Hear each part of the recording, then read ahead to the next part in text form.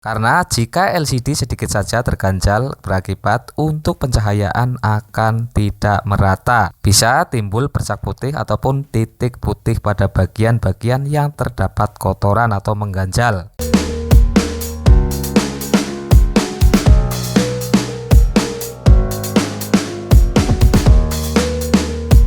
Assalamualaikum warahmatullahi wabarakatuh. Berbeda dengan tutorial sebelumnya, untuk kali ini saya akan berbagi tutorial cara mengganti LCD HP Samsung Galaxy A20s.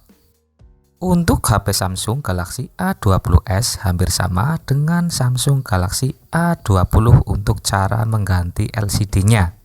Untuk perbedaan Samsung Galaxy A20s dan A20, perbedaannya ada di fleksibel LCD-nya.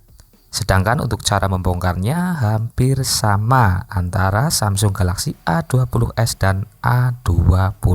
Berbeda dengan HP-HP yang lain, biasanya kita langsung bisa membongkar bodi dari penutup mesin HP-nya. Namun khusus untuk Samsung Galaxy A20s atau A20, kita harus membongkar terlebih dahulu penutup belakangnya. Baru kemudian kita melepaskan baut-baut yang terdapat di bagian bodi. Oke, langsung saja kita akan memulai membongkar penutup bagian belakang. Untuk membongkar penutup belakang, di sini kita congkel saja menggunakan alat yang tipis. Di sini sebenarnya kita bisa menggunakan penggaris ataupun alat lain yang tipisnya sama. Di bagian ini biasanya ada double tip, maka di sini kita harus mencongkel menggunakan alat yang tipis. Jika kalian memiliki alat pemanas seperti blower, kalian gunakan blower untuk memanasi agar lemnya bisa mudah untuk dilepaskan. Namun karena saya bukan teknisi dan tidak memiliki alat tersebut, saya gunakan saja alat seadanya. Sebelumnya di sini saya sudah melakukan pembongkaran. Di sini saya hanya menggambarkannya saja pada kalian agar kalian memahaminya. Oke, di sini untuk penutup belakang sudah berhasil dilepas. Untuk yang berikutnya, di sini kita lepaskan juga baut-baut penutup bodi. Di sini kita lepaskan semua baut yang terdapat di sini. Untuk baut penutup bodi pun di sini sebelumnya saya sudah melepaskan. Maka di sini saya akan langsung saja untuk melepaskan bagian penutup mesin atau penutup bodi. Untuk bisa melepaskan penutup bodi, di sini kita bisa menggunakan alat seadanya. Di sini saya hanya menggunakan kuku yang saya miliki. Di sini saya langsung saja congkel menggunakan kuku. Di sini kita harus berhati-hati pada bagian untuk fleksibel sidik jarinya. Di sini kita harus berhati-hati jangan sampai terputus. Oke, sudah terlepas. Sesudah kita melepaskan penutup bodi, untuk langkah berikutnya tentunya kita tinggal melakukan pengecekan LCD yang barusan kita beli. Kita cek LCD baru tersebut berfungsi normal atau tidak, jangan dulu dikasih lem atau jangan dulu dipasang. Sedangkan untuk cara mengecek LCD-nya di sini saya lewatkan untuk menghemat waktu. Untuk mengganti LCD HP Samsung Galaxy A20s ataupun A20, di sini kita tidak perlu untuk membongkar baterainya karena untuk fleksibel LCD-nya berada di atas baterai. Ini adalah fleksibel LCD-nya yang ini. Oke, kita lepaskan saja. Sudah terlepas. Untuk langkah berikutnya, di sini kita tinggal melepaskan bagian penutup power supply. Di sini ada beberapa baut. Di sini kita lepaskan saja untuk bisa melepaskan penutupnya. Oke, langsung saja kita lepaskan. Kita lepaskan dengan hati-hati, jangan sampai ada kerusakan. Di bagian ini ada pengait, kita harus berhati-hati jangan sampai rusak. Kita lepaskan secara perlahan-lahan dan hati-hati. Oke, sudah terlepas. Setelah penutup ini lepas, untuk langkah berikutnya tentunya kita tinggal melepaskan LCD-nya. Untuk melepaskan LCD, kita bisa panaskan terlebih dahulu LCD-nya agar prosesnya lebih mudah. Namun jika kalian tidak memiliki alat pemanas seperti blower, kalian bisa gunakan setrika ataupun bisa menggunakan alat-alat yang lain. Namun di sini karena saya bukan teknisi, saya tidak memiliki alat tersebut, saya langsung buka saja dengan alat seadanya.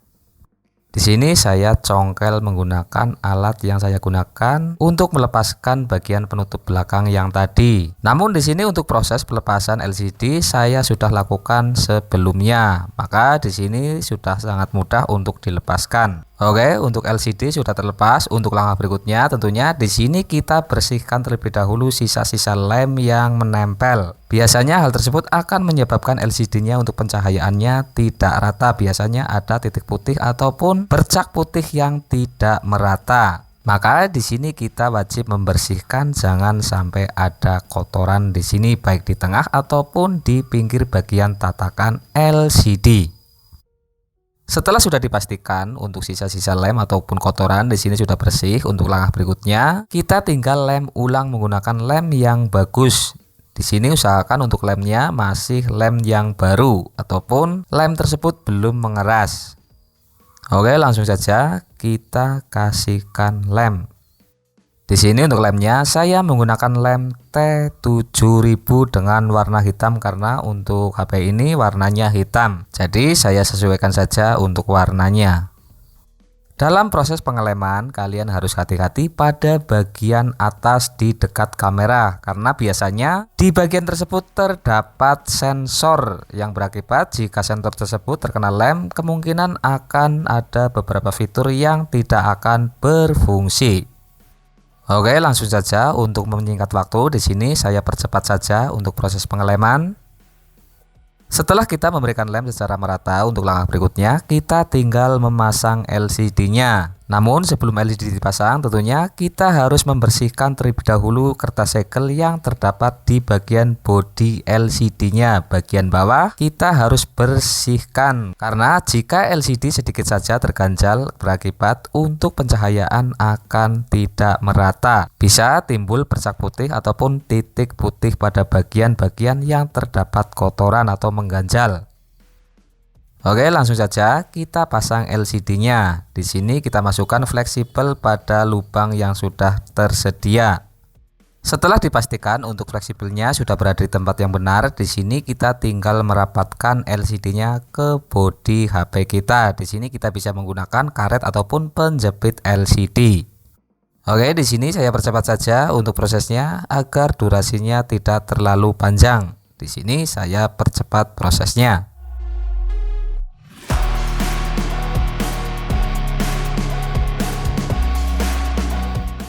Setelah dirasa cukup untuk kerapatannya, di sini kita tinggal diamkan kurang lebih 20 menit agar lemnya sudah rekat ataupun lem tersebut sudah mengeras. Setelah kita diamkan kurang lebih 20 menit, untuk langkah berikutnya kita tinggal melepaskan penjepit LCD dan karetnya. Kita lepaskan dengan hati-hati karena biasanya ada lem yang menempel di bagian penjepit. Di sini kita lepaskan dengan perlahan-lahan. Oke, saya percepat saja untuk menghemat durasi. Kemudian setelah kita melepaskan penjepit LCD dan karetnya, untuk langkah berikutnya kita tinggal memasang fleksibel LCD-nya. Di sini kita pasang terlebih dahulu untuk fleksibel LCD-nya, baru kemudian kita pasang fleksibel baterainya. Untuk memasang fleksibel LCD, di sini kita harus pastikan untuk posisi fleksibelnya sudah press dan lurus karena biasanya akan terkendala susah untuk dipasang jika untuk fleksibelnya belum pas pada tempatnya. Oke, di sini kita pasang. Kemudian setelah fleksibel LCD terpasang, kita tinggal memasang baterainya atau fleksibel baterainya. Setelah semua terpasang, baik fleksibel LCD ataupun fleksibel baterai, kita tinggal memasang penutup bagian power supply. Di sini kita pasang. Namun di sini sebelum pasang ada pengait pada bagian kanan. Maka di sini kita dahulukan bagian kanan pada pemasangan. Baru setelah itu kita pasang 3 baut. Di sini meskipun ada beberapa lubang baut, namun kita cukup memasang 3 baut saja karena untuk lubang yang lainnya terkait dengan baut penutup bodi. Jadi di sini kita cukup memasang 3 baut yang berada di bagian bawah. Kemudian untuk langkah berikutnya, sebelum kita memasang penutup bodi ataupun penutup belakang, di sini tidak ada salahnya untuk mengecek LCD-nya. Jangan dulu ditutup semua atau dipasang semua, kita cek terlebih dahulu LCD-nya berfungsi atau tidak. Oke, kita hidupkan perangkat HP-nya. Di sini saya percepat saja untuk menghemat durasi. Kita cek, di sini sudah nyala. Kita cek pada bagian touchscreen-nya berfungsi atau tidak. Ternyata di sini sudah berfungsi semua secara normal. Untuk langkah berikutnya tentunya kita tinggal memasang baik penutup bodi ataupun penutup belakang. Untuk prosesnya tentunya kalian sudah bisa melakukan sendiri karena cukup mudah. Oke, sekian tutorial dari saya, mudah-mudahan bermanfaat dan wassalamualaikum warahmatullahi wabarakatuh.